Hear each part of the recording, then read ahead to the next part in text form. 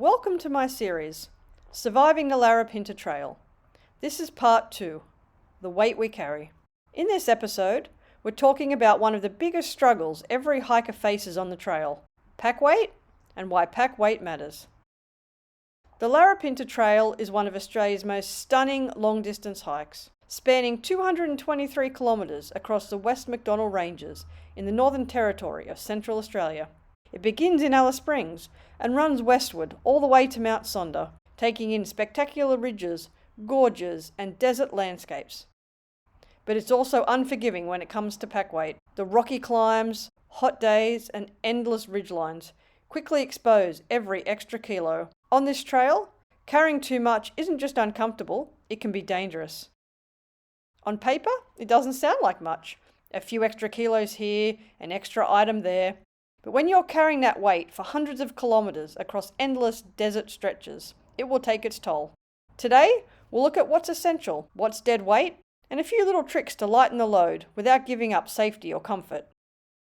Many hikers set out from Alice Springs with 20 kilo packs. Aim for 16, a base weight of 12, and allowing 4 litres of water. Now think about the Larapinta's terrain. Quartzite ridges, steep rocky climbs and hot desert days. That weight presses down on your hips and shoulders. It slows your pace and strains your knees. Heavy packs can cause blisters, sore feet and muscle fatigue. Problems that compound day after day.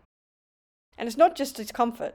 On the Larapinta Trail, moving too slowly because of an overloaded pack can mean reaching the next water tank late or getting caught on a ridge in the heat of the day. Every kilo matters. The trail quickly teaches the lesson that every single item has to earn its place. Clothing is where most hikers overpack. We've all been guilty of it, stuffing in that extra shirt just in case. But here's the reality. Everything gets sweaty and dusty within hours. The golden rule, 1 set for hiking, 1 set for camp.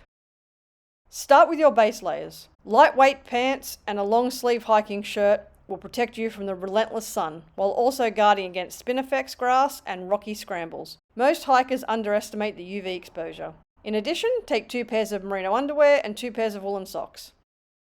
Add a warm layer like a fleece or a thermal top and a Gore-Tex jacket. The desert might look dry, but sudden storms can roll through, bringing wind, cold and heavy downpours.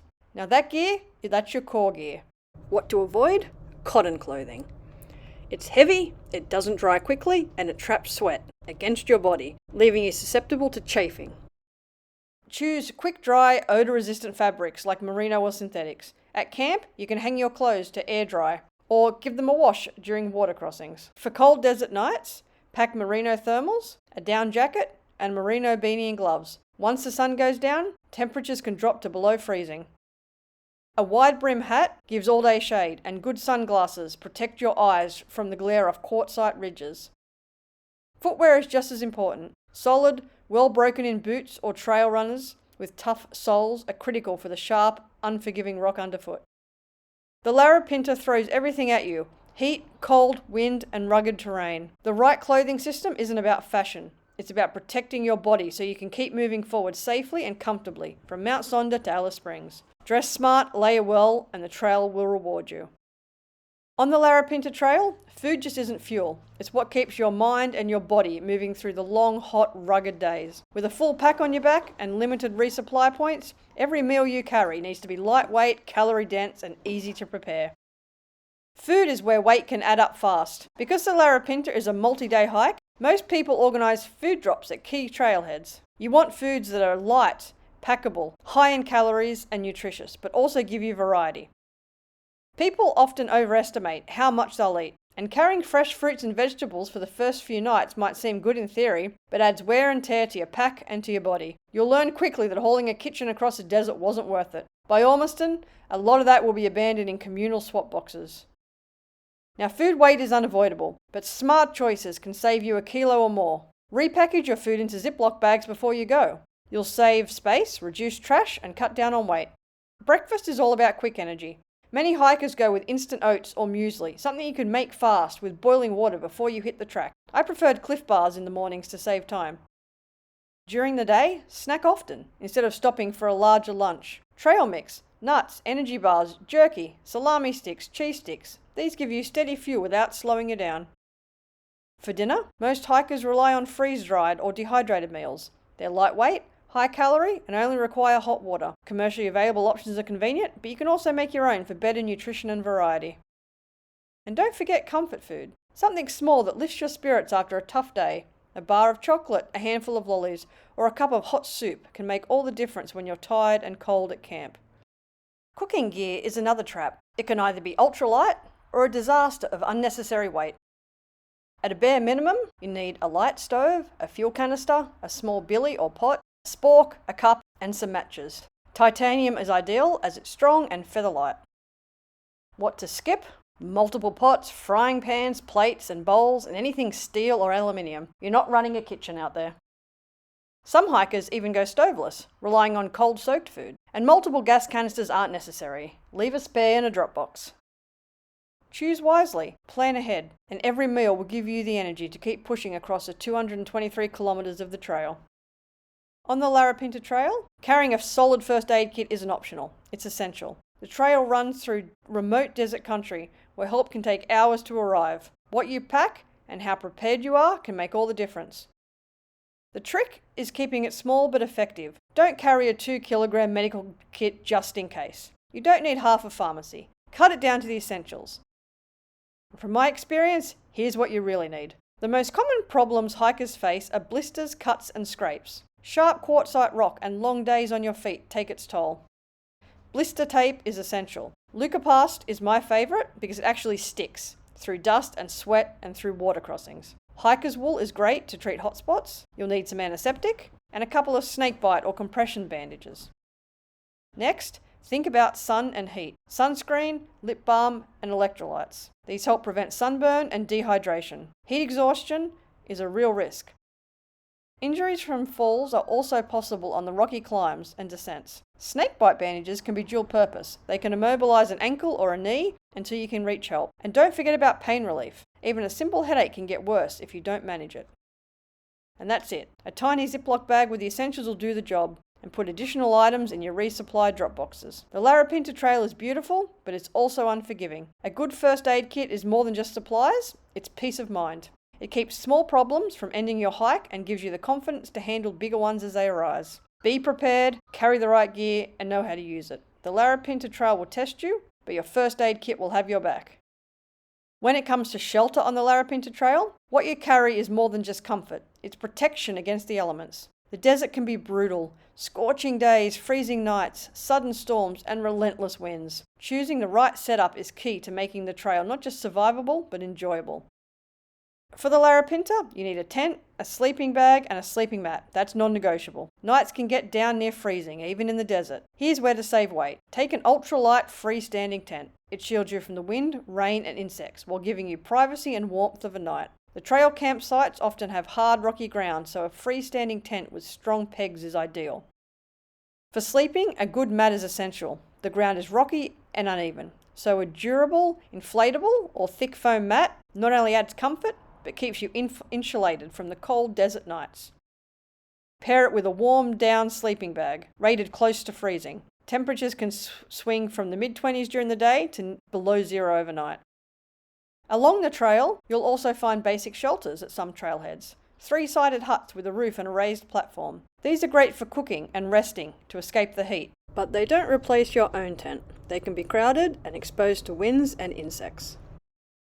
On the Larapinta, good shelter and a solid sleep system aren't luxuries. They're your recharge station. They keep you warm, safe, and ready to take on the next stretch of rugged desert terrain. Plan it well, and every night becomes part of the adventure. When you step onto the Larapinta Trail, one thing quickly becomes clear. Water is life out here. The trail winds through the West MacDonnell Ranges, a desert environment where winter temperatures can still reach 30 degrees. The backbone of the trail's water supply is a network of rainwater tanks. These are placed at most official trailheads and designated campsites. Permanent waterholes exist, like at Ormiston Gorge, but there are smaller creeks and gullies, such as Fringilly Creek and Waterfall Gorge. And these do have water, but it's often unreliable. That means most of the time the tanks are your lifeline, and the distance between them dictates how much water you need to carry. At the high camps, there are no tanks. which means every drop has to be carried up on your back. It adds a substantial weight, so plan ahead. On the trail, water isn't just about the weight in your pack, it's survival. The Larapinta Trail is one of Australia's greatest walks, but it's also one of the most remote. Out here, you can't rely on phone reception or assume help is just around the corner. That's why carrying the right emergency and navigation gear is critical. At the top of the list is a PLB. In an emergency, this small device sends a satellite distress signal with your exact location to rescue services. On a trail where phone coverage is almost non-existent, PLB is your lifeline. Navigation is just as important. While the Larapinta Trail is generally well marked, fatigue, poor light, or bad weather can make trail markers easy to miss. Always carry a detailed map and a compass, and know how to use them. GPS devices and apps are great, but batteries die and electronics fail. Maps and compass are your fail-safe. A head torch with spare batteries is another must-have. Many hikers underestimate how long sections will take, and being caught out after dark without light can be dangerous. Together, these items give you a safety net.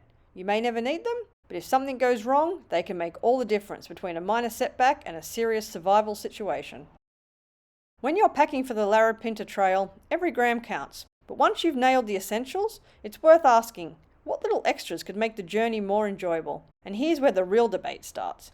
Everyone has a different definition of luxury on the trail. Some hikers swear by a Helinox chair. After a long day of climbing ridgelines and boulder hopping, being able to sit back with a proper support is pure magic, yet it adds weight. Many hikers say it's worth it. I ended up dumping mine at the first drop box. Other hikers carry a Kindle, GoPro, extra footwear like Crocs, or a foam sit pad to make daytime breaks more comfortable. However, I did see many hikers with hardback books, musical instruments like banjos and guitars, amateur photographers carrying huge cameras with multiple lenses, tripods and drones. Other hikers carried alcohol or heavy power banks. On that long climb up to Brinkley's Bluff, you will think about every unnecessary item in your pack with resentment, and it'll end up being dumped in a drop box, like my drone. By the second or third section, hikers begin to learn what's truly essential. Most realize they can live with far less. My advice, pick one or two small luxuries that really lift your spirits. While none of these items are essential out there, it's often the little things that make the biggest difference. So how do you avoid the mistakes of overpacking? Well, weigh everything. Before you leave, put your entire kit on a scale. Aim for a particular base weight and then test it. Do full day hikes with your loaded pack. If it's miserable in training, it'll be worse on the Larapinta. Every gram matters. There is a huge difference between a 14 kilo pack and an 18 kilo pack. Your back, your knees and your feet will thank you for trimming the extra kilograms. Cut out duplicates. Repackage everything. Swap heavy gear for lighter alternatives and be ruthless about what you actually need.